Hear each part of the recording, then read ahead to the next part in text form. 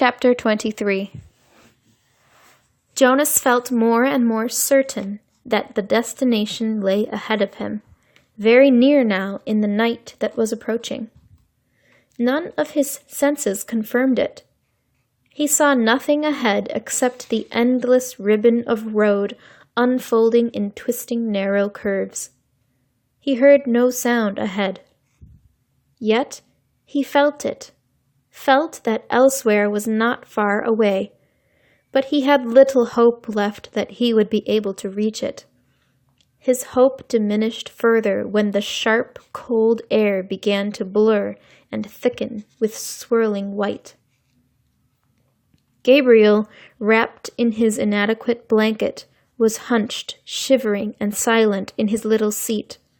Jonas stopped the bike wearily, lifted the child down, and realized with heartbreak how cold and weak Gabe had become. Standing in the freezing mound that was thickening around his numb feet, Jonas opened his own tunic, held Gabriel to his bare chest, and tied the torn and dirty blanket around them both. Gabriel moved feebly against him and whimpered briefly into the silence that surrounded them. Dimly, from a nearly forgotten perception as blurred as the substance itself, Jonas recalled what the whiteness was. "It's called snow, Gabe," Jonas whispered. "Snowflakes. They fall down from the sky, and they're very beautiful." There was no response from the child, who had once been so curious and alert. Jonas looked down through the dusk at the little head against his chest. Gabriel's curly hair was matted and filthy, and there were tear stains outlined in dirt on his pale cheeks. His eyes were closed. As Jonas watched, a snowflake drifted down and was caught briefly for a moment's sparkle in the tiny, fluttering eyelashes. Wearily he remounted the bicycle. A steep hill loomed ahead. In the best of conditions, the hill would have been a difficult, demanding ride. But now the rapidly deepening snow obscured the narrow road and made the ride impossible. His front wheel moved forward imperceptibly as he pushed on the pedals with his numb, exhausted legs. But the bicycle stopped. It would not move. He got off and let it drop sideways into the snow. For a moment he thought how easy it would be to drop beside it himself, to let himself and Gabriel slide into the softness of snow, the darkness of night, the warm comfort of sleep. But he had come this far. He must try to go on. The memories had fallen behind him now, escaping from his protection to return to the people of his community. Were there any left at all? Could he hold on to a last bit of warmth? Did he still have the strength to give? Could Gabriel still receive? He pressed his hands into Gabriel's back and tried to remember sunshine. For a moment it seemed that nothing came to him, that his power was completely gone. Then it flickered suddenly, and he felt tiny tongues of heat begin to creep across and into his frozen feet and legs. He felt his face begin to glow, and the tense, cold skin of his arms and hands relax. For a fleeting second, he felt that he wanted to keep it for himself, to let himself bathe in sunlight, unburdened by anything or anyone else. But the moment passed and was followed by an urge, a need, a passionate yearning to share the warmth with the one person left for him to love. Aching from the effort, he forced the memory of warmth into the thin, shivering body in his arms. Gabriel stirred. For a moment they both were bathed in warmth and renewed strength as they stood hugging each other in the blinding snow. Jonas began to walk up the hill. The memory was agonizingly brief. He had trudged no more than a few yards through the night when it was gone, and they were cold again. But his mind was alert now. Warming himself ever so briefly, had shaken away the lethargy and resignation and restored his will to survive. He began to walk faster on feet that he could no longer feel. But the hill was treacherously steep. He was impeded by the snow and his own lack of strength. He didn't make it very far before he stumbled and fell forward. On his knees, unable to rise, Jonas tried a second time. His consciousness grasped at a wisp of another warm memory, and he tried desperately to hold it there, to enlarge it and pass it into Gabriel.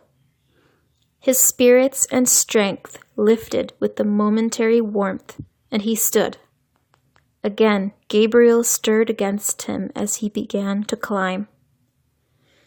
But the memory faded, leaving him colder than before.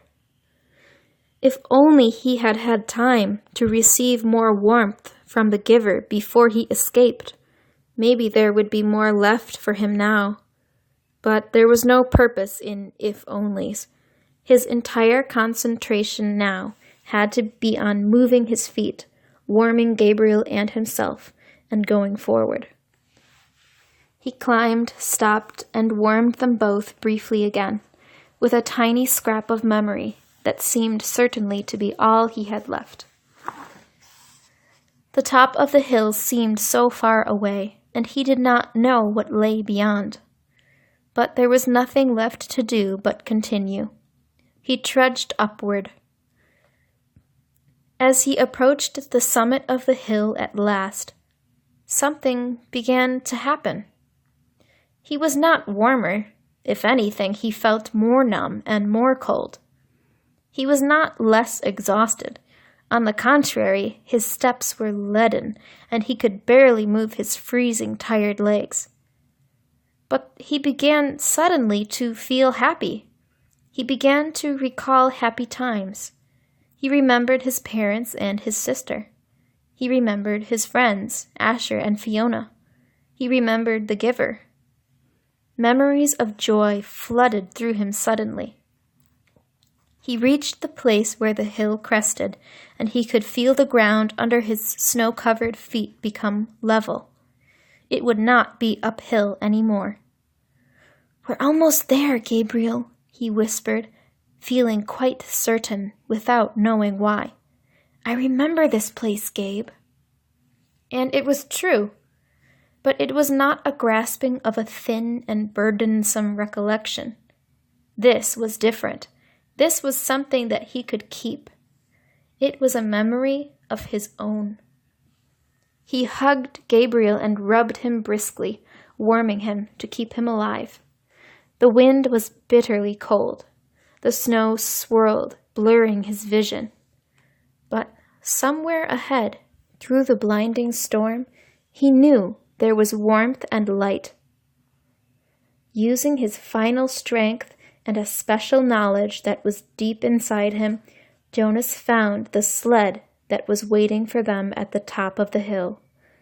Numbly, his hands fumbled for the rope. He settled himself on the sled and hugged Gabe close. The hill was steep, but the snow was powdery and soft, and he knew that this time there would be no ice, no fall, no pain.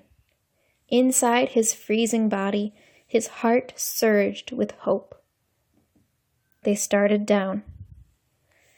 Jonas felt himself losing consciousness, and with his whole being willed himself to stay upright atop the sled, clutching Gabriel, keeping him safe.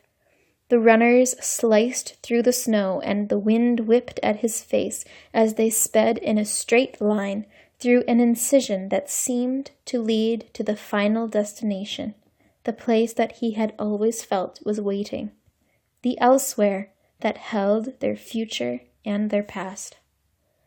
He forced his eyes open as they went downward, downward, sliding, and all at once he could see the lights, and he recognized them now. He knew they were shining through the windows of rooms, that they were the red, blue, and yellow lights that twinkled from trees in places where families created and kept memories, where they celebrated love. Downward, downward, faster and faster. Suddenly he was aware with certainty and joy that below, ahead, they were waiting for him, and that they were waiting, too, for the baby. For the first time, he heard something that he knew to be music. He heard people singing. Behind him, across vast distances of time and space from the place he had left, he thought he heard music too. But perhaps it was only an echo.